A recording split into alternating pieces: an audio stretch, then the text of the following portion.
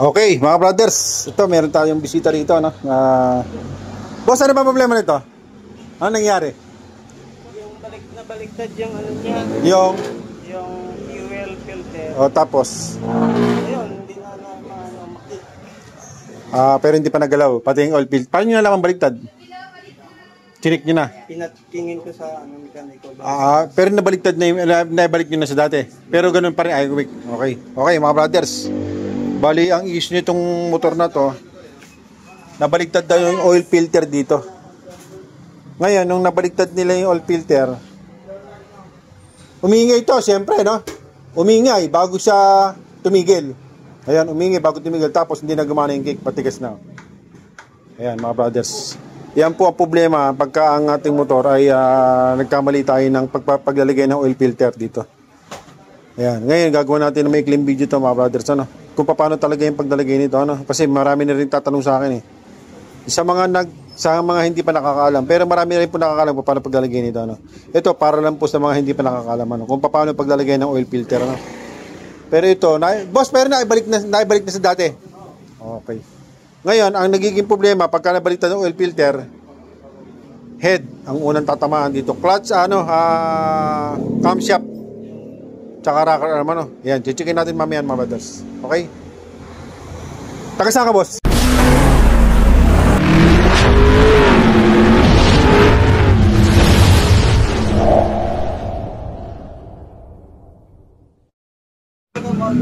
Dito ka tumutok, ano?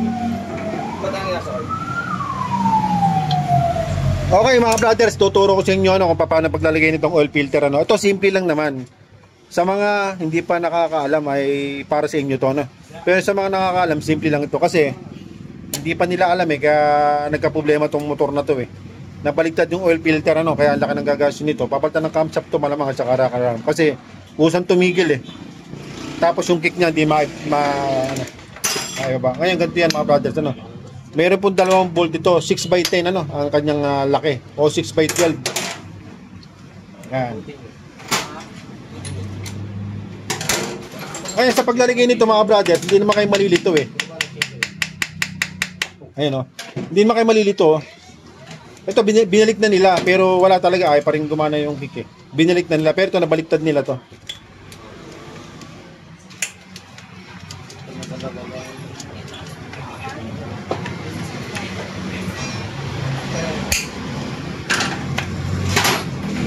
Yan. Ang tamang paglalagay ito po, mga brothers, hindi naman nababaliktad dito, Kasi pag ito na ganun mo, hindi papasok, ang layo ng butas, ang layo, Ito yung isa. Ito yung isa, Sa kabila ang layo, kaya wala dito ang baliktad.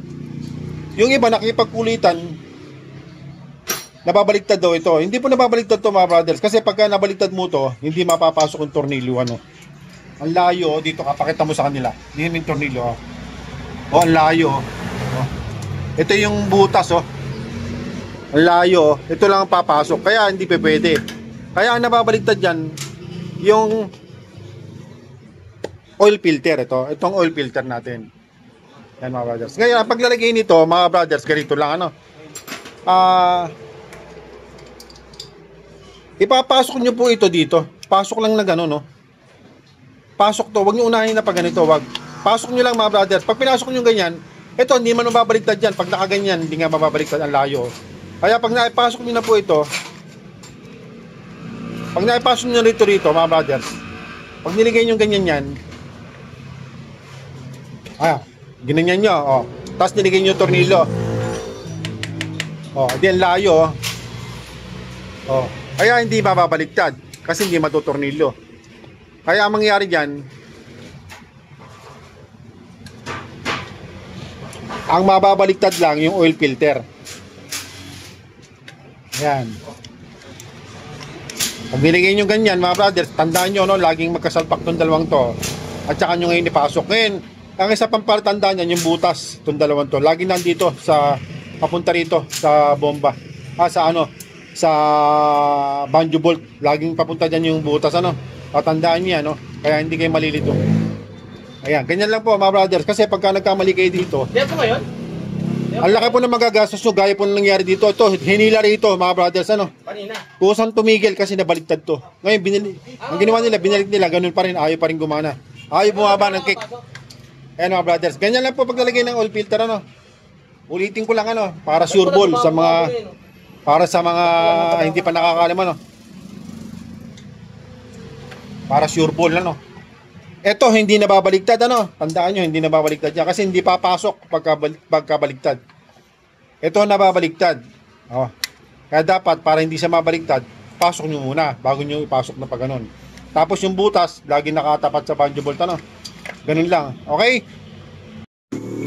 Okay, mga brothers, ito yung nabaligtad na, ano, na oil filter, ano? Pagka nabaligtad po yung oil filter nyo ron, ang unang-una po tinatamaan dyan, mga brothers, itong camshaft nya. Ayan yung camshaft. Titigas po ito. Ayan. Ayun, hindi na gumagalaw. Kaya mangyayari dyan, pag hindi na gumalaw, kung saan titigil, yung kick nyo, hindi nyo po may ibababa yung kick. Ngayon, pagka ganyan, ang sa barako to po, mga brothers, nasisira po yung likod. Kinakain po yung camshaft at saka yung kanyang housing, nagkakainan siya hanggang sa nag-stack up na yun. Ngayon, nadadami po yung kanyang rocker arm, ano. Ayan, mga brothers. Kaya ingat-ingat tayo sa pagpapalit ng ng oil filter, ano, sa barako.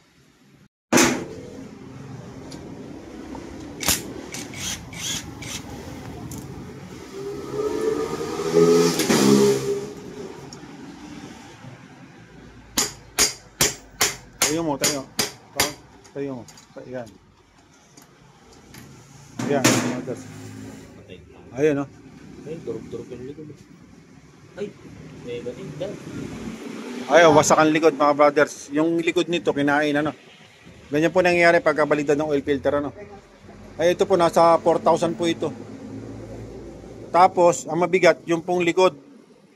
Pag pinamasin siya po yun, 1.5. Tapos, babaklasin pa natin, labor, ano. Ngayon, double check pa natin yung kanyang rocker arm. Ang bawat siyang rocker arm, more or less, nasa 1,800, ano, o 1,700. Yan, mga brothers. Yan po ang epekto nung nababaliktad yung oil filter, ano. Ayan. Hindi na kaya ba, oblong lang. Ngayon babaklasin natin 'to. Papamasin shop natin 'yan, papalitan natin lalagyan natin ng bearing na 6202 kung yung likod niya ay okay, ano. Double check natin, mga brothers, ano. Ayan, ito pwede dito 6202 kasi plain siya, oh. Okay. Hindi gaya ng mga bagong labas ngayon, may hukay dito. Okay, mga brothers, ito natanggalan natin yung cylinder, ano. Ang gagawin natin dito, papabearingan natin yung pinakagitna kasi hindi na pwede ito. Bali, ang mangyayari dito, mga brothers, pag hindi nilagyan natin ng bago, masisira ulit yung bago at ito oblong na. Kaya ang gagawin natin, lalagyan natin ng bearing. Ito, papamasin shop natin. 1,500 po pamasin shop nito. Ito, sana maging babala ito sa lahat ng mga nag-change oil, ano. Ingat po kayo sa pagkakabit ng oil filter, ano, para hindi kayo gumastos ng ganito kalaking halaga. Ito, sira itong cylinder head niyang to, mga brothers. Okay, maraming po salamat, mga brothers.